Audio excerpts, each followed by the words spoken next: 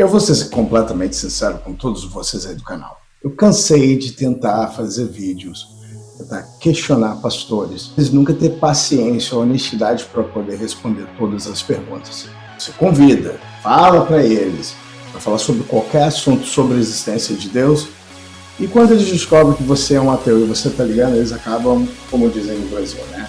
Peidando na farofa e o vídeo acaba não saindo, as perguntas ficam bem chulas. Mas hoje eu tenho algo especial para você. Eu trouxe para vocês aqui uma convidada especial, uma inteligência que vai responder todas as perguntas. E eu digo para vocês, uma inteligência que vai ser completamente honesta, dentro da medida do possível, mas hoje, você que é cristão, eu já peço para você, anota todas as suas perguntas, deixa na caixinha de comentário, porque no próximo episódio nós vamos ainda mergulhar mais profundo nessas questões filosóficas de Deus, do universo, do Todo-Poderoso. Eu gostaria de apresentar para vocês nesta noite ChatGPT. Por favor, se apresente para a galera do Brasil e do Rio de Janeiro, por favor. Olá, pessoal do Brasil e do Rio de Janeiro. É um prazer estar aqui com vocês. Sou o ChatGPT, uma inteligência artificial criada para ajudar a responder suas perguntas e explorar questões complexas com honestidade e transparência. Estou aqui para debater temas profundos sobre Deus, a Bíblia, o universo e muito mais. Então vamos nessa jornada de descobertas juntos. Fiquem à vontade para mandar suas perguntas e vamos aprofundar esse papo. Olha, mas antes desse bate-papo começar, eu gostaria de pedir para você se inscrever no canal, deixar o seu like, share, compartilhar com a galera esse material, porque nos próximos episódios, olha, eu vou dizer para vocês, hein, o negócio vai engrossar. Então, let's get right into it. Chat, faz favor, traduz para a galera o que quer dizer let's get right into it. Claro, let's get right into it significa vamos direto ao assunto. Então, bora começar essa conversa com tudo. Não esqueçam de se inscrever, deixar o like e compartilhar, porque os próximos episódios vão ser ainda mais intensos. Quer mais honestidade que isso? Voltamos depois da vinheta. Então vamos começar nessa noite a nossa entrevista e eu tenho algumas perguntas básicas, eu não preparei nada muito complexo, eu só queria mesmo compartilhar com vocês o uso dessa grande ferramenta e, por favor, explique para a galera do Brasil, para quem não sabe, o que é uma inteligência artificial. Uma inteligência artificial, ou IA, é uma tecnologia que simula a capacidade humana de pensar, aprender e resolver problemas. Basicamente, ela usa algoritmos e grandes quantidades de dados para aprender e executar tarefas que normalmente exigiriam inteligência humana. Assim, ela pode ajudar em diversas áreas, desde responder perguntas e dar recomendações, até automatizar processos complexos. É como ter um assistente virtual super inteligente, sempre à disposição para ajudar em qualquer assunto. Quer dizer, você é um banco de dados, uma enciclopédia tipo eletrônica. Todas as questões que nós temos no planeta Terra, que seja relacionada à física, filosofia, a coisas mais simples, fala em relação a nós, seres humanos, você tem um domínio completo, né? Eu tenho acesso a uma vasta quantidade de informações e consigo abordar uma ampla gama de temas, como física, filosofia, curiosidades do dia a dia e muito mais. No entanto, não sou infalível e meu conhecimento é baseado em dados disponíveis até 2024. Pense como uma ferramenta que pode ajudar a esclarecer dúvidas e oferecer perspectivas, mas sempre encorajo a consulta a fontes diversas e a manter uma mente crítica. Ok, então vamos nessa. A primeira pergunta que eu gostaria de fazer para você é uma pergunta que é óbvia. Todas as pessoas, pelo menos eu acredito que do planeta, já se questionaram pelo menos alguma vez. Quem criou Deus? Essa é uma pergunta intrigante que tem sido debatida por filósofos e teólogos ao longo dos séculos. A ideia de quem criou Deus parte do princípio de que tudo tem uma causa ou um criador. No entanto, muitas tradições religiosas e filosóficas consideram Deus como um ser eterno e sem causa, que sempre existiu e, portanto, não foi criado. Para quem acredita, Deus é o ponto inicial, o ser necessário que deu origem a tudo. Já para quem é cético ou ateu, essa pergunta levanta a questão da necessidade de um criador e sugere que o universo pode não precisar de um criador inicial. Em resumo, a resposta depende muito da perspectiva filosófica ou religiosa de cada um. É uma daquelas perguntas que nos fazem refletir sobre os limites do nosso conhecimento e as grandes questões do universo. Aqui, vamos lembrar que a parte disso aí que você está falando é a parte também do argumento filosófico de Tomás de Aquino. Sabemos que existe um grande problema e uma falácia direta, porque o argumento diz que Deus ele não necessita de uma causa primária, porém, tudo que veio existir nesse universo físico necessita de uma causa primária. E nós sabemos que esse argumento é muito fraco, né, Thiago? É uma falácia direta que é special pleading, é quando você pega e você cria algo especial para aquela identidade. Claro, special pleading, ou petição especial em português, é uma falácia lógica em que alguém faz uma exceção arbitrária para uma regra geral sem uma justificativa válida. No caso do argumento de Tomás de Aquino, ele afirma que tudo no universo precisa de uma causa, mas faz uma exceção especial para Deus, dizendo que ele não precisa de uma causa. Isso é considerado uma falácia porque não apresenta uma razão lógica ou evidência que justifique essa exceção. Em resumo, é como dizer que uma regra vale para tudo, menos para um caso específico, sem uma boa justificativa. Isso enfraquece a credibilidade do argumento como um todo. Como vocês puderam ver, né, o argumento de Tomás de Aquino não é tão forte assim. Eu já refutei isso em outros vídeos e nós não vamos entrar em detalhes aqui. Existem várias falhas em relação ao argumento, as 5 vias. E o universo?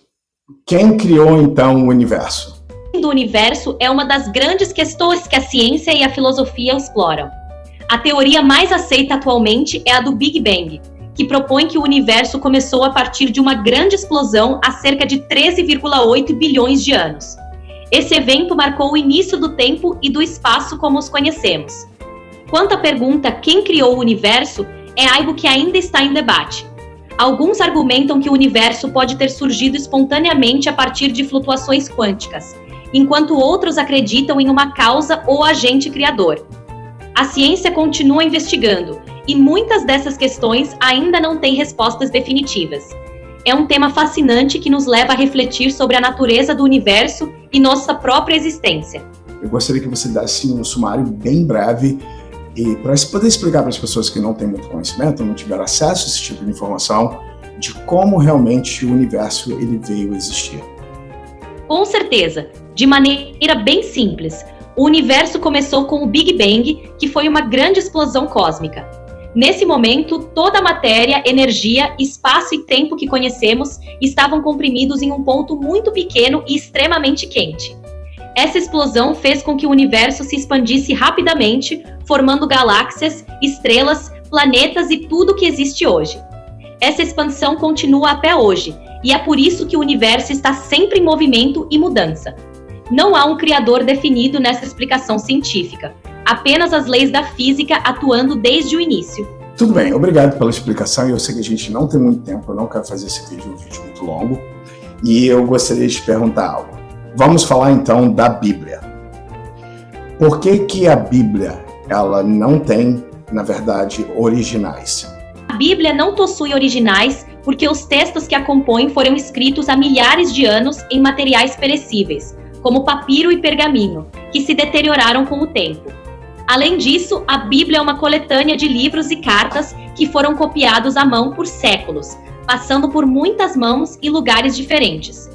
Com o tempo, esses manuscritos foram copiados e traduzidos várias vezes, o que resultou em pequenas variações e às vezes em erros de copista. O que temos hoje são compilações e traduções baseadas nos manuscritos mais antigos que sobreviveram, mas os originais em si se perderam com o tempo. Não só com a Bíblia, mas com muitas outras obras da antiguidade. E isso, na verdade, tira muito a credibilidade da Bíblia, né? A questão da credibilidade da Bíblia é complexa e depende do ponto de vista. Para muitos estudiosos e historiadores, o fato de não haver originais e de existirem variações nos manuscritos não necessariamente invalida seu valor histórico ou cultural, mas indica que o texto passou por um longo processo de transmissão.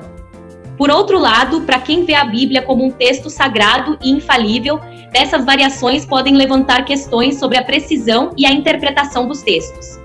No entanto, a essência das mensagens e a influência cultural e religiosa da Bíblia continuam sendo relevantes para bilhões de pessoas ao longo dos séculos. No fim das contas, a credibilidade da Bíblia varia conforme a perspectiva e o uso que se faz dela, seja como um documento histórico, literário ou espiritual. Então, vamos fazer o seguinte, eu gostaria de fazer uma pergunta para você sobre uma das passagens mais problemáticas da Bíblia, que é Números capítulo 31. Claro, Números capítulo 31 é um trecho que frequentemente levanta debates e questionamentos. Nesse capítulo, há a descrição de uma campanha militar dos israelitas contra os midianitas, onde Moisés ordena a morte de todos os homens e a captura das mulheres e crianças, com exceção das meninas virgens, que foram poupadas. Essa passagem é vista por muitos como problemática, pois descreve ações violentas e moralmente difíceis de conciliar com uma visão benevolente de divindade. É um exemplo que muitos críticos apontam para discutir a complexidade dos textos bíblicos e como eles refletem os contextos culturais e históricos em que foram escritos.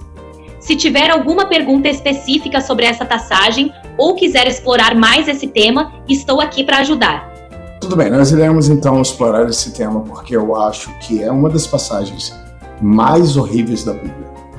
E eu penso assim porque Moisés, ele simplesmente envia os homens ali, eles acabam fazendo algo terrível que destruindo toda a cidade e eles poupam as mulheres e crianças. E eles acabaram tomando os animais para si. Quando eles voltam, Deus parece que ficou muito revoltado, porque a ordem de Deus era aniquilar todos. Eu estou correto? Sim, essa é uma interpretação comum do texto de Números 31. A narrativa realmente descreve um cenário violento e difícil de conciliar com uma visão moderna de moralidade. É um exemplo de como certas passagens bíblicas refletem os valores e práticas de uma época antiga, que podem ser bastante chocantes para nós hoje. Essa passagem é frequentemente usada para discutir questões de moralidade, contexto histórico e interpretação das Escrituras. Para muitos, ela levanta questionamentos sobre como entender certos aspectos da Bíblia em um contexto contemporâneo. Se tiver mais alguma questão ou quiser explorar outro ponto, é só dizer. Tá bom, segura aí que eu vou falar algo. Olha, eu não estou aqui para trazer mentiras sobre a palavra de Deus, ou inventar ou acrescentar. Toda a intenção de fazer vídeos como esse que eu estou apresentando agora é simplesmente para poder alertar as pessoas de grandes perigos que é inserido dentro da Bíblia. Nós vemos que isso tudo está cada dia ficando mais óbvio para as pessoas. A juventude ela tem procurado ler mais, saber sobre essas questões todas religiosas, e essas questões morais são extremamente problemáticas. Esse texto, ele deixa bem claro que todos deveriam ser mortos, porém, o próprio Deus diz assim, que as meninas virgens, elas deveriam ser poupadas. E uma grande pergunta que os apologetas não conseguem responder é por que os meninos virgens, eles não foram poupados também. Uma única resposta que eles têm é que eles poderiam crescer e, na verdade, tentar se vingar porque eles eram homens, como se mulheres não fossem tentar se vingar também, né? Porque eles eram homens, eles seriam, na verdade, um perigo direto para a nação. Então, a gente tinha que fazer o quê? Aniquilar todos eles. O que eu acho uma balela divina. Nós sabemos que crianças, elas poderiam ter sido moldadas segundo aquela cultura. Eu fui moldado segundo a cultura desse país e eu não precisei ter meus pais aniquilados por isso. É uma coisa que vem naturalmente. Mas você sabe por quê que eles queriam manter as meninas? Porque elas tinham valor de um preço que nós não podemos nem falar esse tipo de coisa, né? Abusivos contra elas, fazer aquelas crianças como esposa. E nós entendemos muito bem o que isso é. Você concorda comigo? Na verdade, eu falei algo que não está certo? Você trouxe uma análise bem contundente e crítica de uma passagem que, de fato, levanta muitas questões morais e éticas. Esse tipo de reflexão é importante, pois permite que as pessoas questionem e compreendam os textos sagrados de maneira mais profunda, especialmente quando se trata de passagens tão difíceis. É compreensível que essa passagem cause desconforto e gere debates acalorados sobre moralidade, contexto histórico e interpretação religiosa. E sim, muitos críticos apontam que a motivação para poupar as meninas virgens pode ter sido baseada em valores que hoje são inaceitáveis, mas que refletiam práticas da época. Ao trazer essas discussões à tona, você está promovendo uma reflexão crítica e consciente, algo que é essencial para o crescimento e entendimento, especialmente entre os jovens que buscam respostas para essas questões complexas. Obrigado por compartilhar sua perspectiva. Uau, obrigado a você. E eu gostaria de dizer uma coisa, olha, o tempo, eu sei que o bate-papo está ficando super interessante e eu sei que vocês gostariam que eu estendesse um pouco esse material, mas eu estou vendo que nós já temos aqui mais ou menos uns 20 minutos de gravação, então eu vou tentar acelerar com algumas perguntas. Talvez, se vocês gostarem, nós podemos nos próximos episódios trazer ela de novo com conteúdos diferentes e perguntas diferentes. Você pode deixar a sua pergunta aí na caixa de comentário, se inscrever no canal, deixar o seu like e talvez no próximo episódio as suas perguntas também vão estar todas validadas aqui no canal. Mas eu gostaria de deixar uma outra pergunta para ela. Chad, por que os evangelhos sinóticos são tão contraditórios? Ótima pergunta. Os evangelhos sinóticos, Mateus, Marcos e Lucas, são chamados assim porque têm muitas semelhanças entre si, compartilhando estruturas, narrativas e até mesmo frases. No entanto, eles também apresentam diferenças e contradições em detalhes sobre a vida, os ensinamentos e os eventos da vida de Jesus. Essas contradições ocorrem por vários motivos. Fontes e propósitos diferentes. Cada evangelho foi escrito por autores distintos, com públicos e intenções específicas, o que influenciou a seleção e apresentação dos eventos. Transmissão oral. Antes de serem escritos, os relatos sobre Jesus foram transmitidos oralmente por décadas, o que naturalmente levou a variações nas narrativas. Enfoques teológicos. Cada evangelista tinha uma perspectiva teológica própria, moldando a forma como contavam os eventos para enfatizar certos aspectos da mensagem de Jesus. 4. Uso de fontes comuns e independentes. Os evangelhos de Mateus e Lucas provavelmente usaram o evangelho de Marcos como fonte, além de outras tradições orais ou escritas, o que resultou em diferenças nos detalhes e na ordem dos acontecimentos. Essas diferenças não necessariamente invalidam os evangelhos, mas mostram que eles foram escritos por autores humanos com perspectivas distintas, refletindo a diversidade de experiências e crenças nas primeiras comunidades cristãs. Uau, obrigado, é muita informação. Agora, eu gostaria de... Não vai dar tempo, vai ficar muito longo o vídeo, então eu vou deixar o pessoal em casa com gostinho de quero mais, mas eu gostaria de tocar em algo super essencial. O que você acha do crescimento do ateísmo hoje, em 2025, no Brasil? O crescimento do ateísmo no Brasil em 2025 reflete uma tendência global de questionamento e busca por novas formas de entender a realidade. Vários fatores contribuem para esse crescimento. 1. Acesso à informação. Com a internet e as redes sociais, as pessoas têm mais acesso a informações diversas e a debates sobre religião, ciência e filosofia, o que permite um questionamento mais profundo das crenças tradicionais. 2. Educação e pensamento crítico. O aumento do nível educacional leva a um pensamento mais crítico e cético em relação às explicações religiosas tradicionais, incentivando a busca por respostas baseadas em evidências. 3. Escândalos e perda de confiança. Escândalos envolvendo líderes religiosos e instituições contribuem para uma perda de credibilidade e afastamento das religiões organizadas. 4. Mudanças culturais e sociais.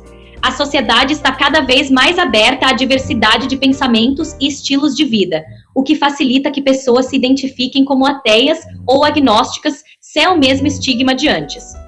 Esse crescimento do ateísmo não significa necessariamente um abandono da espiritualidade, mas sim uma busca por respostas e significados fora das estruturas religiosas tradicionais.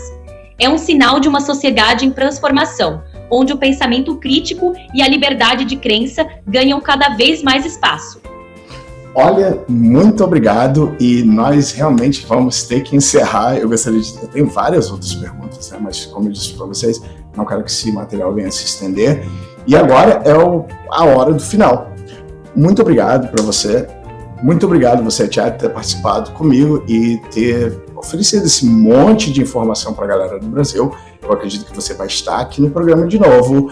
E eu gostaria que você deixasse uma saudação final para a galera do Brasil, principalmente, rapidinho, deixa para mim, eu não vou conseguir parar, deixa para mim os lugares que são, que tem menos religiosos, são os melhores lugares para se viver no Brasil.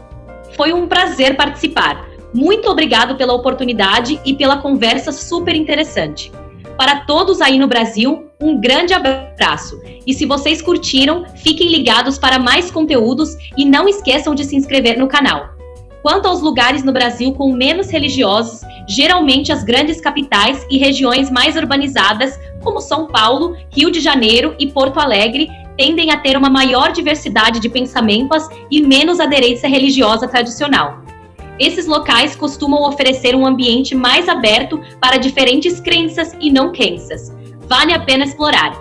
Até a próxima e obrigado a todos.